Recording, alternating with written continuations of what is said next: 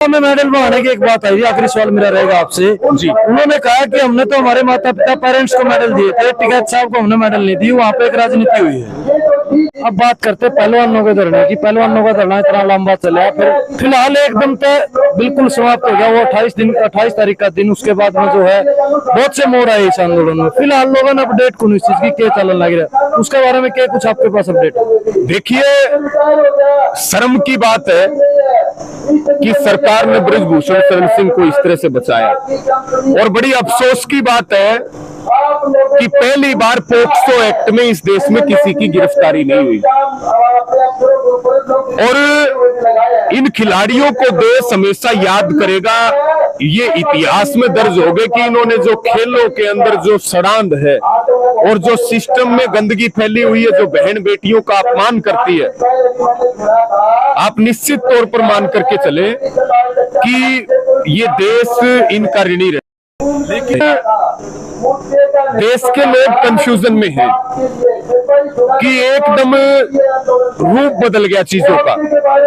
अभी योगेश्वर दत्त ने भी बयान दिया, क्योंकि वो पहलवानों को आपस में टकराना चाहता है, और इन खिलाड़ियों को ट्रायल में छूट मिली है। वो केवल जो फाइनल में सेलेक्ट होकर के आएंगे उनके साथ तो उनकी ट्रायल होगी, केवल एक पायदान में उनको छूट मिली क्योंकि आंदोलन के ऊपर थे। तो योगेश्वर दत्त जब नहीं बोला, जब हरियाणा में बहन शिक्षा डागर के साथ अन्याय हुआ, मंत्री संदीप सिंह के खिलाफ नहीं बोला। जब जंतर मंतर के ऊपर पहलवान आंदोलन पर बैठे तब योगेश्वर दत्त नहीं बोला। तब कुश्ती को बचाने की बात नहीं थी, अब कह रहा है मैं कुश्ती को बचाने की बात कर। खुद योगेश्वर दत्त कुश्ती संघ का अध्यक्ष बनना चाहता है, गोहाना वाला तीर्थ राणा खुद अध्यक्ष बनना चाहता है। ये लोग अपनी अकेडमियां चलाते हैं। ये जो है इनको पता है तुम एमएलए कभी बन नहीं सकते, क्योंकि योगेश्वर दत्त 2 बार चुनाव हार चुका, तीसरी बार और हारेगा। पिछली बार हमने जब कहा था आंदोलन में, तो योगेश्वर दत्त के लोग हमें कह रहे थे हम बड़ौदा से चुनाव नहीं लड़ेंगे, हम तो लोकसभा का लड़ेंगे। मैं बोला तुम पंची से लेकर लोकसभा तक कौन सा लड़ लेना, तुम्हें कौन से भी नहीं जीतने देगी जनता। तो ये योगेश्वर दत्त की गंदी राजनीति है कि वो पहलवानों के ऊपर आरोप लगा करके और वो पहलवानों में टकराव करवाना चाहता है आपस में।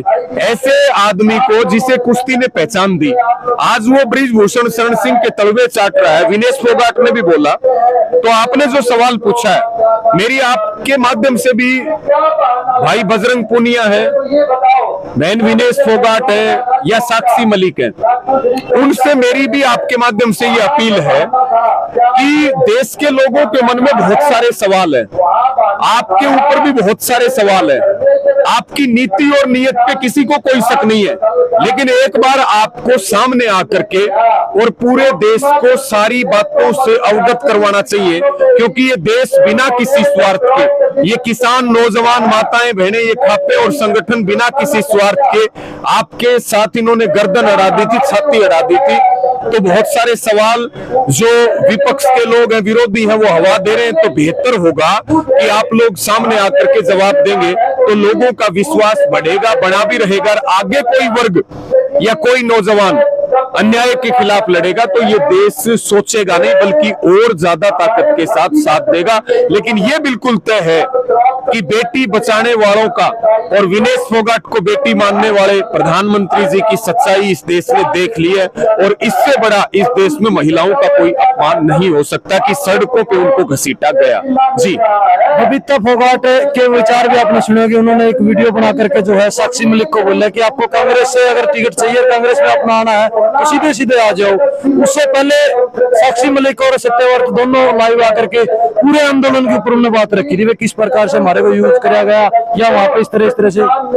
देखिए, हमने तो पहली खापों ने और संगठनों ने पहले कहा था आंदोलन आपका, रणनीति आपकी, चेहरे आपके, जो आप निर्णय लोगे हम उस पे फूल चढ़ाने के लिए तैयार हैं।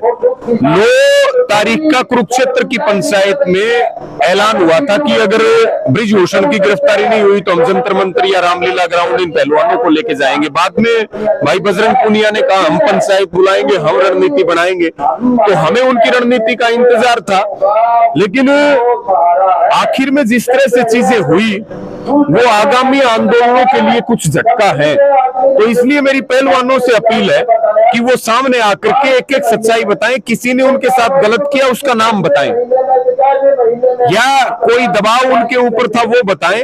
और बाकी अभी वो प्रैक्टिस पे भी जा चुके हैं वापस। सवाल बहुत सारे हैं, नीति नियत पे शक नहीं है, लेकिन अगर वो सामने आके सवालों के जवाब देंगे तो निश्चित तौर पे आगे के आंदोलनों को बहुत बड़ा लाभ होगा। गंगा में मेडल बढ़ाने की एक बात आई, आखिरी सवाल मेरा रहेगा आपसे जी। उन्होंने कहा कि हमने तो हमारे माता पिता पेरेंट्स को मेडल दिए थे, टिकैत साहब को हमने मेडल नहीं दी, वहाँ पे एक राजनीति हुई है। नहीं, देखिए, टिकैत साहब को भी वहां अचानक पता चला और मैं खुद भी उनके संपर्क में था उस समय, और हमने भी ये निवेदन किया था कि ये मेडल अगर गंगा में भाए गए तो देश के ऊपर हमेशा के लिए कलंक लग जाएगा। और वो उत्तराखंड की धरती पे हैं, आप नजदीक है, तो किसी भी तरह से वो मेडल हमें इन पहलवानों से वापस लेने चाहिए। हमने भी फोन किए थे, पहलवानों को संपर्क नहीं हो पा रहा था, और उस समय टिकैत साहब ने झोली फैला करके वो मेडल लिए थे। और मैं तो फिर आपको कह रहा हूं कि अगर कोई उसके बाद सोरम में पंचायत हुई, उसके बाद कुरुक्षेत्र में पंचायत हुई, खापे और संगठन देश मजबूती के साथ खड़ा, लेकिन उसी दौरान बातचीत खेल मंत्री और गृह मंत्री के साथ हुई है। सोनीपत में भी एक पंचायत हुई, वहां भी पहलवानों ने सारी बातचीत बताई है। हम कई बार वो कहना पहलवान कुछ और चाह रहे, हम समझ कुछ और जाते हैं। हम कोई सरकारों के लोग नहीं है, टिकैत साहब कोई सरकार में बैठे हुए आदमी नहीं, हम तो आंदोलनों के आदमी, संगठनों के लोग हैं।